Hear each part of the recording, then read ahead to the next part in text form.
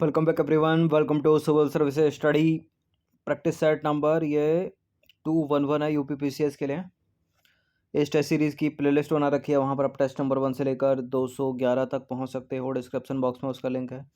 और इस सीरीज़ की पेड सीरीज़ आप प्राप्त कर सकते हो। डिस्क्रिप्शन बॉक्स में मेरा नंबर है, उस पर कॉल या व्हाट्सअप करके, जिसमें मिलेंगे आपको फुल टेस्ट टेलीग्राम पर।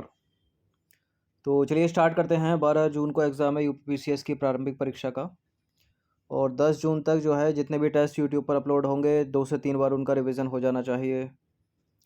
तो पहला प्रश्न है, जैव विविधता की दृष्टि से यानी बायोडाइवर्सिटी की दृष्टि से भारत को कितने भौगोलिक क्षेत्रों में बांटा गया है? सीधे सीधे याद रखिएगा, 5, 7, 9, 10। जैविक विविधता की दृष्टि से भारत को 10 भौगोलिक क्षेत्रों में बांटा गया है। कितने? 10 भौगोलिक क्षेत्रों में। क्वेश्चन नंबर 2 पर आ जाइए। समन्वित निर्देशित प्रक्षेपास्त्र विकास कार्यक्रम के अंतर्गत विकसित मिसाइल प्रणाली में कौन शामिल नहीं है? पृथ्वी, अग्नि, नाग। ठीक है, ब्रह्मोस एक सुपरसोनिक क्रूज मिसाइल है, यही शामिल नहीं है। तो वर्ष 1983 में डॉक्टर एपीजे अब्दुल कलाम के नेतृत्व में महत्वाकांक्षी समन्वित निर्देशित प्रक्षेपास्त्र विकास कार्यक्रम की शुरुआत की गई, जिसमें इसमें भी पृथ्वी 1, पृथ्वी 2, पृथ्वी 3, अग्नि 1, अग्नि 2, अग्नि 3, त्रिशूल, नाग और आकाश मिसाइल प्रणाली जो है शामिल है। ठीक है। पटना, याद करने का क्रम यही है, पृथ्वी, अग्नि, त्रिशूल, नाग और आकाश। ठीक है, पटना। कुछ पूछना हो तो ये नंबर है, कॉल या व्हाट्सअप आप कर सकते हो। नंबर 3 पर आ जाइए। प्रश्न बड़ा पूछा जाता है कॉम्पिटिटिव एग्जाम में। 1916 में लखनऊ में हुए कांग्रेस के वार्षिक अधिवेशन की अध्यक्षता किसने की थी? आसान सा प्रश्न है, क्योंकि इतनी बार रिपीट हुआ है। इसका उत्तर है अंबिका चरण मजूमदार। तो 1916 में लखनऊ में हुए कांग्रेस के वार्षिक अधिवेशन की अध्यक्षता की थी अंबिका चरण मजूमदार ने। पश्चिमी घाट की सबसे ऊंची चोटी कौन सी है? पश्चिमी घाट की सबसे ऊंची चोटी है अन्नाईमुडी, ऑप्शन नंबर ए। वित्तीय आपात संबंधित प्रावधान किसमें वर्णित है? देखिए, राष्ट्रीय आपातकाल है 352 में, वित्तीय आपातकाल है 360 में। ठीक है, और राष्ट्रपति शासन 356। तो यहाँ उत्तर हो जाएगा ऑप्शन नंबर सी। भारत में अभी तक कितनी बार राष्ट्रीय आपातकाल लगा है?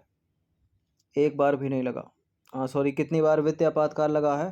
तो एक बार भी नहीं लगा, 0 बार। और राष्ट्रीय आपातकाल 3 बार लगा है, और राष्ट्रपति शासन तो लगते रहते हैं।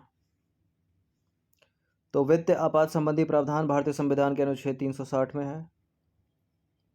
देश का पहला स्पोर्ट्स यूनिकॉर्न उद्यम कौन बना? कौन बना है स्पोर्ट्स यूनिकॉर्न उद्यम? Chennai super Kings. Chennai super Kings जो है देश का पहला स्पोर्ट्स यूनिकॉर्न उद्यम बना। ग्लोबल जेंडर गैप इंडेक्स कौन जारी करता है? ये एक आधा रिपोर्ट एग्जाम में पूछ ली जाती है। ग्लोबल जेंडर गैप इंडेक्स निकालता है विश्व आर्थिक मंच, वर्ल्ड इकोनॉमिक फोरम। तो ग्लोबल जेंडर गैप इंडेक्स जो है विश्व आर्थिक मंच यानी वर्ल्ड इकोनॉमिक फोरम के द्वारा जारी किया जाता है। आर्थिक अवसर, शिक्षा, स्वास्थ्य और राजनीतिक नेतृत्व में देशों के जेंडर गैप की तुलना करने के लिए जो है पेश किया जाता है इसको, world economic forum. Netaji Subhash Chandra Bose पुरस्कार किस क्षेत्र में दिया जाता है? किस क्षेत्र में योगदान करेंगे कि आपको मिले नेताजी सुभाष चंद्र बोस? आपदा प्रबंधन में। तो आपदा प्रबंधन के क्षेत्र में उत्कृष्ट योगदान करने के लिए नेताजी सुभाष चंद्र बोस पुरस्कार जो है वो दिया जाता है। क्वेश्चन नंबर 9 पर आ जाइए। भारत के वस्तुगत निर्यात में प्रथम स्थान पर संयुक्त राज्य अमेरिका है, दूसरे स्थान पर है संयुक्त अरब अमीरात, और तीसरा है चीन, और चौथा है बांग्लादेश। तो भारत के वस्तुगत निर्यात में प्रमुख गंतव्य में अमेरिका यानी संयुक्त राज्य अमेरिका प्रथम स्थान पर है, और इसके बाद क्रमशः संयुक्त अरब अमीरात का नाम आता है, तीसरे स्थान पर चीन, और चौथे स्थान पर है बांग्लादेश। ऑक्सफोर्ड डिक्शनरी का वर्ड ऑफ द ईयर 2021 किसे घोषित किया गया है? किसको घोषित किया गया है? क्वारंटीन और लॉकडाउन की कहानी तो पुरानी हो चुकी है, वैक्स इसका सही उत्तर है, वैक्स। तो हाल ही में वैक्स शब्द को ऑक्सफोर्ड डिक्शनरी का वर्ड ऑफ द ईयर 2021 घोषित किया गया। विजयनगर साम्राज्य की पहली राजधानी कौन सी थी? विजयनगर साम्राज्य की पहली राजधानी थी हम्पी। अगर दूसरी पूछी जाए तो पेनुकोंडा। फिलहाल डी है इसका आंसर। तो विजयनगर साम्राज्य की पहली राजधानी हम्पी थी, जबकि दूसरी राजधानी पेनुकोंडा थी। क्वेश्चन नंबर 12 पर आ जाइए। तारीख ए यामिनी के लेखक हैं कौन? तारीख ए यामिनी पुस्तक है या रचना है अब्दुल फजल बेहाकी की। किसकी है? अब्दुल फजल बेहाकी। तो तारीख ए यामिनी के लेखक अब्दुल फजल बेहाकी हैं और इस किताब से गजनियों के विषय में जानकारी प्राप्त होती है। मेटल ऑफ होप किसे कहा जाता है? थोरियम या यूरेनियम? मेटल ऑफ होप है यूरेनियम। तो यूरेनियम को मेटल ऑफ होप की संज्ञा दी जाती है। बी सही है इसका आंसर।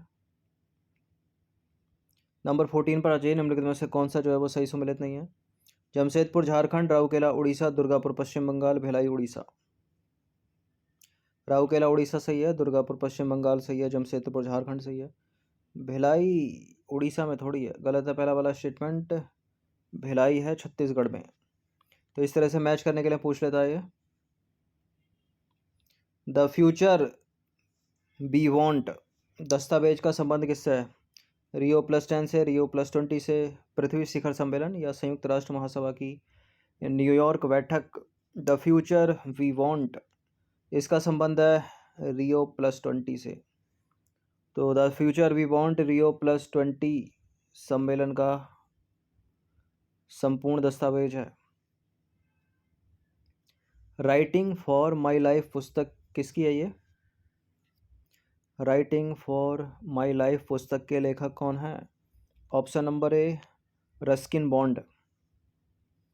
तो राइटिंग फॉर माई लाइफ पुस्तक के लेखक हैं Ruskin Bond. Writing for my life. Haiderpur आर्द्रभूमि रामसर साइट कहाँ स्थित है? इस पे कई बार बनाया प्रश्न हमने, उत्तर प्रदेश में है ये। तो हैदरपुर आर्द्रभूमि रामसर साइट पश्चिमी उत्तर प्रदेश के हस्तिनापुर वन्यजीव अभ्यारण्य की सीमाओं में स्थित है। बी सही है इसका आंसर। नंबर 18 पर आ जाइए। मित्राब गुहा किस खेल से संबंधित है? मित्राब गुहा का संबंध है शतरंज से। ठीक है, चेस। तो मित्राब गुहा भारत के शतरंज ग्रैंड मास्टर बनने वाले 72वें खिलाड़ी हैं। खबरों में रहा तुशील क्या है? तुशील अंतरिक्ष यान नहीं है, मिसाइल नहीं है, पनडुब्बी नहीं है, युद्धपोत है ये। ठीक है, ऑप्शन नंबर ए। देखिए, भारतीय नौसेना युद्धपोत जिसका नाम है तुशील, ये रूस के कैलिनिंग्राद के यंतर शिपयार्ड से जो है लॉन्च किया गया।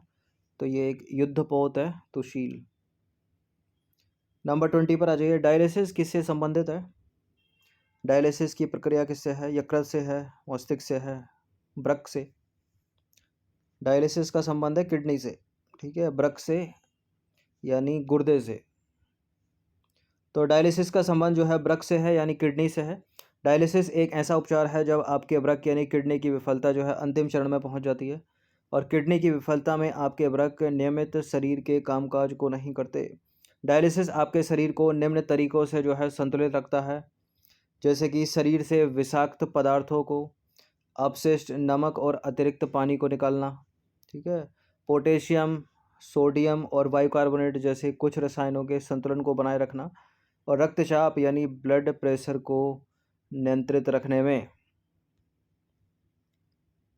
तो 20 प्रश्न थे, ये मिक्स प्रश्न थे, कुछ करंट अफेयर्स के, कुछ जीएस के। इनकी प्रैक्टिस एक बार कर लीजिएगा। धन्यवाद।